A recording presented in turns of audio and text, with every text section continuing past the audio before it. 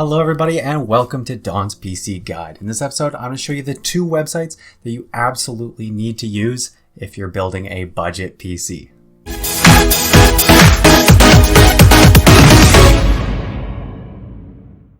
Website number 1, and this one is an obvious one, it's PC Part Picker.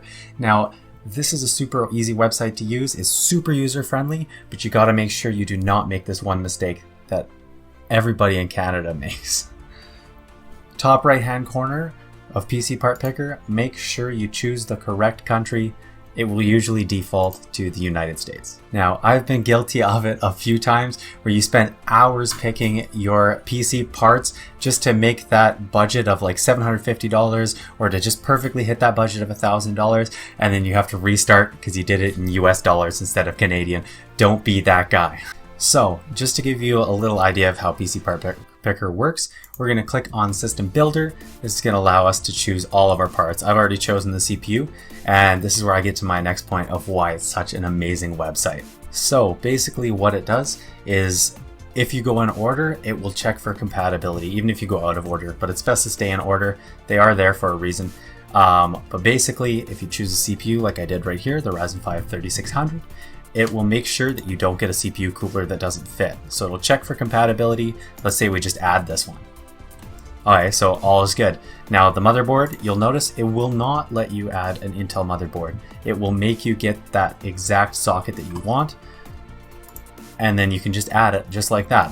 It's this easy to build a PC, it's insane. Now you'll notice that all 3 items right here in the where category, that's where you're gonna buy them, and that's the price that it's at that location.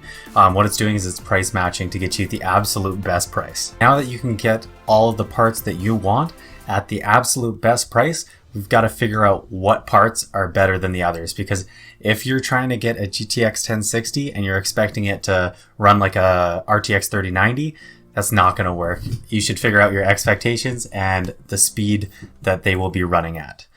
This way, if you're spending an extra $100 on your graphics card, you'll know how much extra performance you'll get and you won't feel ripped off in the end. This is where benchmarking comes into play. So you need a really good benchmarking website so that you know if I upgrade to, say, 10600K instead of a 9600K, it'll be 10% faster, say. That's not an actual benchmark, I just made that up.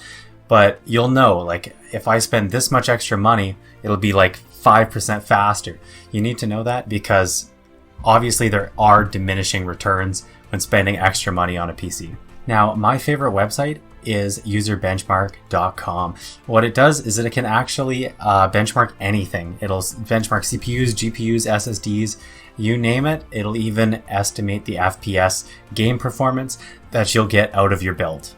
Now, we've got to figure out how to use this website. So I'm just going to pick the first 2 items on here, and I'm going to compare those 2. There's the RTX 3070 and the 3060 Ti. So they should be pretty close in performance. And as you'll see, the performance gain is about 7% extra at EFPS. So the estimated, it may differ for you with the silicone lottery, you know about that. And its effective speed is actually 16% higher. But as you'll see, it's a whole $120+ extra. So you've kind of got to decide if you want to spend that extra money for 7% more FPS or 16% extra speed. And that is it. Those are the 2 websites that you need to squeeze every single dollar out of your budget build. I hope you enjoyed this video. If you did, please like, subscribe, and hit the bell for more. Have a great day, everybody.